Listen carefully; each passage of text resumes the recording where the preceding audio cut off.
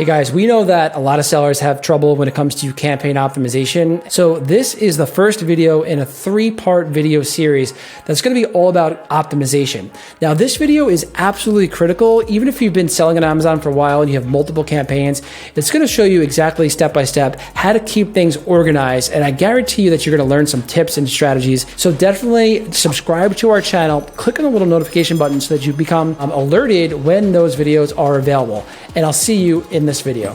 So we're going to start off with the campaign naming schema or the campaign naming structure, whatever you want to call it. But the goal of the campaign naming schema is to keep things organized and find those campaigns later on. Let's say you're doing a bunch of different discovery campaigns or isolated keyword campaigns, and you have a name for that actual type of campaign. If you put the name of that campaign inside of your campaign naming structure, you can quickly and easily search for those campaigns and then optimize those campaigns in bulk using either spreadsheets or PPC Entourage. Next, you can also put in important metrics such as your ACoS targets in your campaign naming structure. This is going to be incredibly important because the different campaigns that you set up are going to have different targets. For example, a discovery-based campaign might have a 70% ACoS target. That's your goal for that particular campaign. You want to make sure you put that in your campaign naming structure. So this way, at a glance, you can quickly and easily see if you're matching your target. So here's an example of what our campaign naming structure looks like. Here we have product identifiers, and that could be the name of your product. Next, we have the campaign type. And as you know, there's all different types of campaigns. We have the breakout campaigns, we have the discovery campaigns, we have product targeting campaigns, but here's where you identify what type of campaign it actually is. Then we have the ACoS target, and you could also put some other form of identifier at the very end. For our management company, we use PPCE. And here's an example of what this looks like. Now, this is for sponsored product ads. We have a keyword discovery campaign. Here's the product identifier. This is what we're selling. We're selling a grill brush. We always talk about grill brushes around here. And here's the name of the actual campaign. So this is a keyword discovery campaign, and we have a target of 40% ACoS. And then here's our other identifier over here. And you can put anything as an identifier at the end here to help you know exactly what this campaign is all about. Now, it's a little bit more challenging with sponsored brand ads because sponsored brand ads have multiple components. We have the headline copy, we have the product group, we have the landing page, all of those things.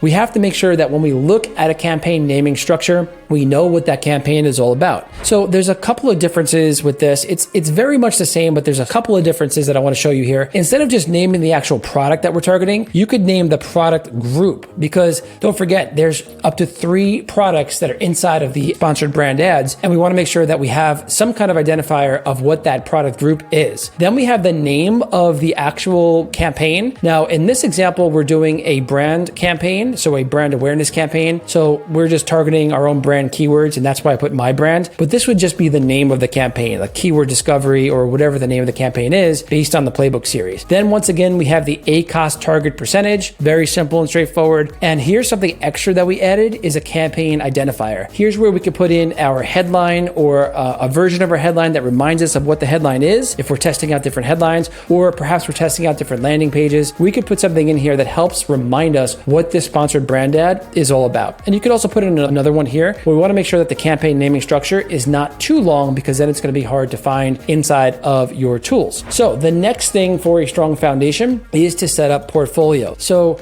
it's going to help to quickly and easily see how one SKU is performing as a whole. The reason being is we could take one SKU and all of the campaigns that we set up for that SKU and dump it into a portfolio. Then we can go into our portfolio and see how that portfolio is actually doing and if it's reaching the target for that particular SKU. And definitely it makes it easier to optimize in bulk. Let's say you want to go ahead and do optimization just for that particular SKU and you're using a tool like PPC Entourage. You can actually search by portfolios and optimize just that portfolio in our bulk editor, which makes it really simple and easy. And if you're not using PPC Entourage, if you're using an Excel spreadsheet or something like that, you can much easier find it inside of a portfolio. Also, it's going to help to manage budgets for that SKUs. The beautiful thing about portfolios is you can put a budget on a portfolio level. So let's say you have discovered that you you are overspending with regards to your true ACoS or your ad spend margin impact for a particular SKU, and you want to just tailor that down a little bit because you're overspending, or maybe it's off season, you can put all of the campaigns for that SKU inside of one portfolio and then limit the amount of monthly budget for that portfolio. Next, we have the use of ad groups, and here is the less is more principle. Now, the reason being is if you do some negative phrase match or exact matches, you have to then pick and choose where you're putting those negative phrase match and exact matches, and you have to be very careful if you have multiple ad groups that you don't over optimize using negative phrase and negative exact. And if you do it on a campaign level and you have multiple ad groups, it's going to impact all of the different keywords inside of those ad groups. So here we have the less is more principle just to keep things super organized. And there's other reasons as well, which I'll cover in this video. So here's a pro of having ad groups. Ad groups can help to organize campaigns based on factors such as match types and SKU variations. So it makes it so that you have to have less campaigns, and inside of those campaigns, you can organize by, let's say, match type is one ad group, or SKU variations is another ad group. If you have multiple child variations, you can organize it that way. That's a pro because you don't have to set up as many campaigns. Now, the con is that too many ad groups or targets in one campaign may make it difficult to give Amazon specific directions. Let's say that we wanted to do bid modifications. We can't do that on an ad group level and do placement modifications for top of search and for rest of search. We can do that on a campaign level. So if we have multiple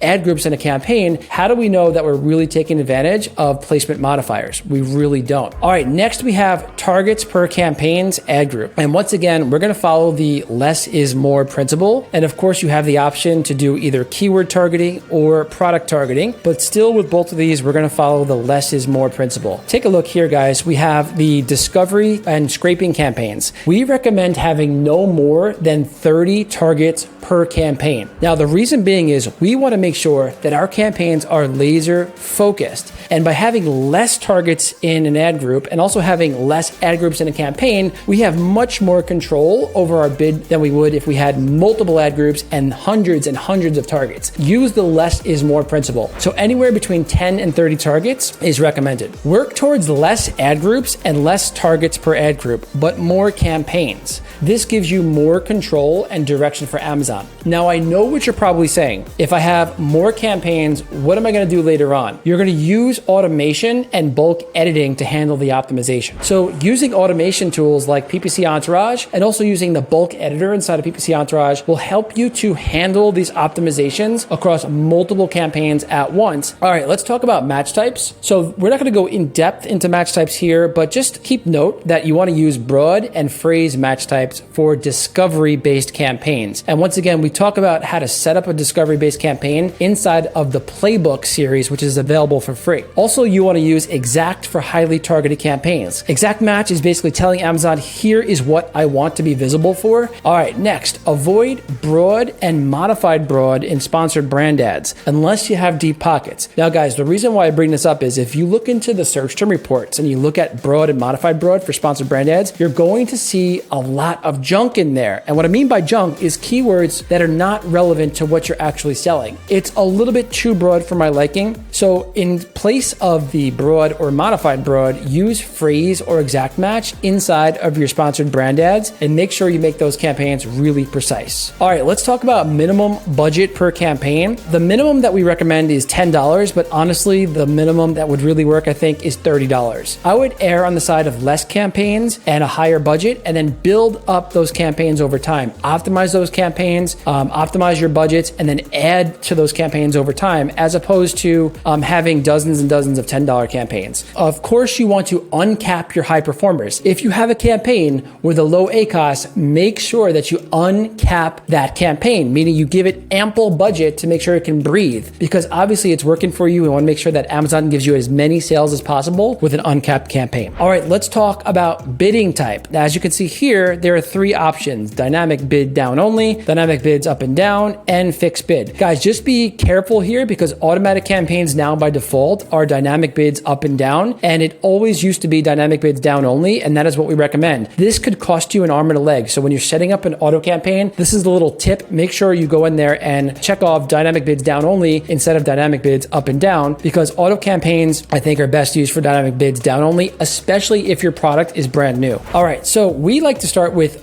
fixed bid with our launch campaigns. You can use this to start a new campaign, to start the launch of your product. Then dynamic down is the safest, and it's also recommended because this allows Amazon to reduce your bid price if they think there's a likelihood of a conversion or a sale. So this means your bid price can't go up, which is good. It kind of gives you a little bit of protection. Now, dynamic up and down allows Amazon to raise or lower your bid price up to 100% based on the likelihood of a conversion. Now, the key with this is, guys, Amazon has to know about your campaigns. They have to know about your product. There has to be campaign data for them to go on. So using dynamic up and down early on when you don't have a seasoned listing could end up costing you a lot of money. So in general, we could start with a fixed bid to launch, then move to a dynamic down, or even start with a dynamic down. And then once we have more information and more data, we can move to a dynamic up and down and test that out. So here's an example of what our community has with regards to bidding type. You can see that the conversion rate for dynamic up and down is much higher, and the ACoS is very much around the same between dynamic up and down, dynamic down only, and fixed bid. So between 32 and 34%, but the conversion rate for up and down is much, much higher. So if you're looking for high converting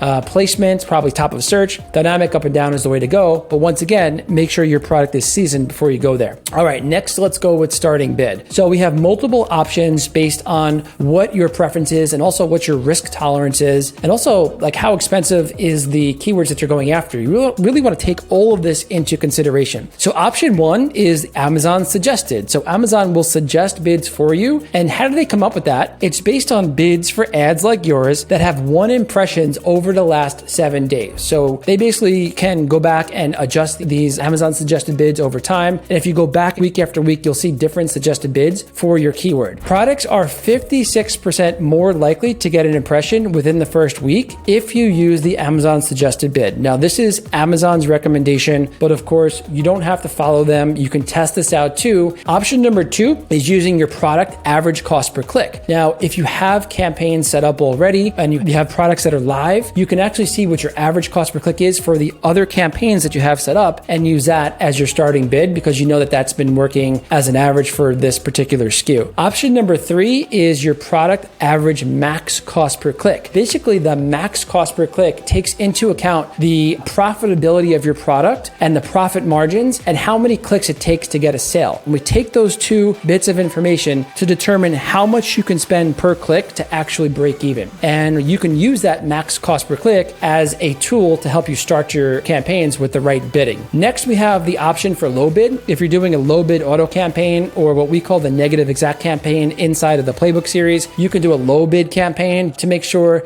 that you get some cheap visibility. And then finally, we have the ultra aggressive bid. But just keep in mind that just because your bid is really, really high doesn't mean that you're always automatically going to get the placement. There are other factors that come into play. All right, guys, the next part of having a strong foundation, keyword and ASIN research is important. You want to make sure that you do your research by sales relevance. How much volume do those keywords have? How many sales do those keywords get? And what are the opportunities for the various keywords? So this is a full lecture in and of itself, and we will do a video on this later on. Okay, so next, you're going to take those keywords and make sure that you have proper listing SEO. Relevant keywords placed in titles, bullets, summary, and the back end. And this is something that, once again, is a never-ending process because as you get more sales from different search terms, you can take those different search terms and you can put that into your SEO to make sure that your SEO is optimized. Last but not least is negative words for shielding. Negative words is used in a negative phrase match because what we're going to do is we're going to find words that are not related to what we are selling, and we're going to tell Amazon,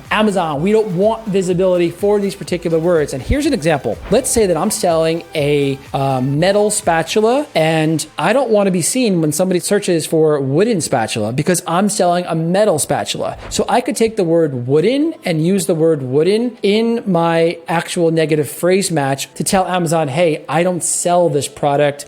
don't show me for this product so I don't get the click and I don't waste any money on ad spend. All right, guys, I hope that you found this video helpful. I hope that it helps you get a strong foundation for optimization later on. I can almost guarantee you that it's going to save you time, money, and tons of energy later on when you're going to optimize your campaigns. In next week's video, we're going to go over campaign optimization, and that's going to be part 2 of a 3-part series. And this is all about how to optimize on a keyword level. So guys, make sure you stay tuned for next week's video, and I'll see you there. Take care.